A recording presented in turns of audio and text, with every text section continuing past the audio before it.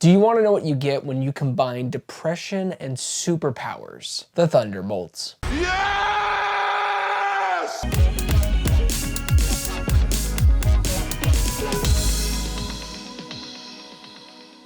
From one of the executive producers and directors who gave us Beef, honestly, that's all I need to hear to get me excited for this Marvel project. We've been in a weird season lately with the MCU, pretty much ever since 2019 with the great finale of Avengers Endgame. And over the last 6 years, it's been a lot of ups and downs, ebbs and flows. A lot of people saying, we're back, we're not back, we're back. And now I'm not saying we are fully back.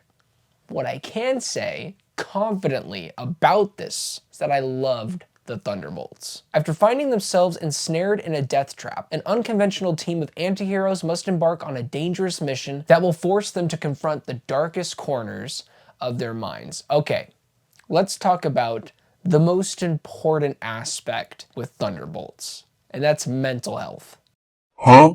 Every character in this film is dealing with some sort of issue, whether it's not feeling like they're meeting their full potential or having a sense of purpose. And from the direct opening monologue and action sequence, which is great stuff from Florence Pugh's Yelena, she flat out says what this movie is all about, and that there's this void that is inside of all of them. And literally, there is the void inside of Sentry. Bob, great character, standout in this movie, honestly. But that through thread is depression, really. This movie has an awareness to mental health that's not just something that's thrown on the screen to be like, hey, look at us, we're doing something unique. It actually is unique because you want to be a part of this journey with all the characters that are involved. From Yelena all the way down to Ghost, and by the way, Ghost is pretty cool in this movie. They found a way to make that Ant-Man 2 villain into a genuinely interesting character, but everyone has a connection piece to that mental health. And really the biggest word is depression. By the way, I'm going into a little bit of spoilery territory in regards to the character of Bob. You have been warned. The centerpiece to all of that is Bob, played phenomenally by Pullman. Maybe I'm the only one that thinks this, but I'm gonna have two images right here.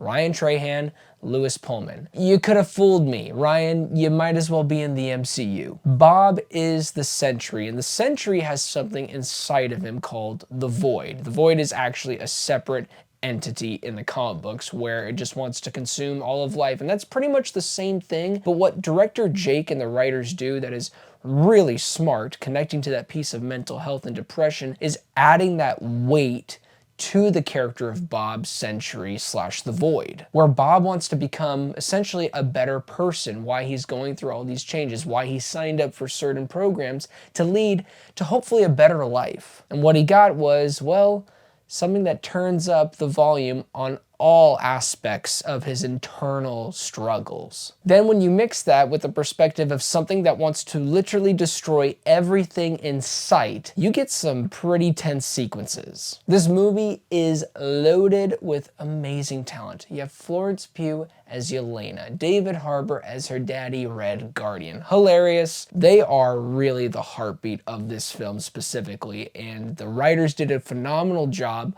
on making sure to remind you guys that this is still, at the end of the day, a father-daughter relationship, whether they both like it or not. More so Yelena. She doesn't really like it because she gets easily embarrassed, and there are plenty of hilarious sequences that give us that pleasure of feeling that embarrassment for her. But the heartbeat of their relationship comes into fruition near the third act in a moment that made me cry. Yelena brings all the action, the choreography. The choreography in general, guys, is stunning. It actually has wide shots instead of quick cuts that you kind of are accustomed to seeing with action movies now and again. But here, they actually want to make you see what's happening, and it feels gritty. I'm not saying it's on the level of John Wick at all, but for an MCU movie, it felt quick and clean. The film does a great job with the pacing, using the team dynamic to drive the story forward, but also to push the characters themselves. About half the team starts together. You have Yelena, Bob, Ghost, Walker, try to get out of a situation. Then Bucky and Red Guardian get involved later on with the plot. I would not have minded more, I guess, shenanigans with them. One thing that I was worried about going into this movie was the treatment of John Walker's AKA Walmart Captain America. But his screen time is justified and worthy. He's incredible, bringing his sass, anger, and that chaotic energy that really stirs the pot.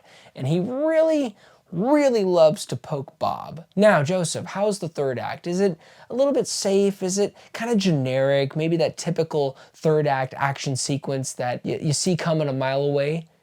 No, this is something special. Yes, there's big action, but it's all in the execution and approach of how we get to the action. And I gotta give huge credit to the director and writer for actually going for it, rather than falling into the usual Marvel finale trap. The best way to describe it without giving too much away, the last 25 minutes feels like really an A24 trippy psychological horror thriller. It's awesome. Now, this movie isn't perfect. There are definitely plot conveniences in this film. Moments like, hey, I need to build a kill switch, where they make a kill switch within 10 to 15 minutes right after a certain character says it. It's kind of annoying, irritating. I don't like it when that happens because it does take away from kind of like the reality that we are being thrown into this movie. Now, one could say this person has a lot of resources, but if you don't give me context on how they can achieve certain things, then I'm gonna question exactly how did they do that. Now to move forward with the other negatives for this film. Valentina.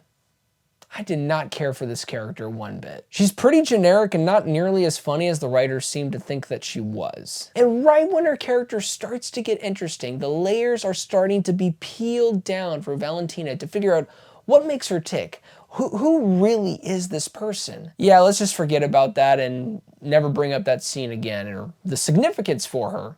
Okay, whatever. Overall though, Thunderbolts with an asterisk is a much needed breath of fresh air for the MCU right now. It's a story about a bunch of broken, rejected people finding purpose. And by the final 10 minutes, it is beautiful. And this poster right here gives me a whole new meaning of what this scene actually means. It tackles depression and mental health in a way that's encouraging without being preachy. And it actually left me feeling excited for the MCU again. What else is there left to say other than I love the Thunderbolts? 8 out of 10.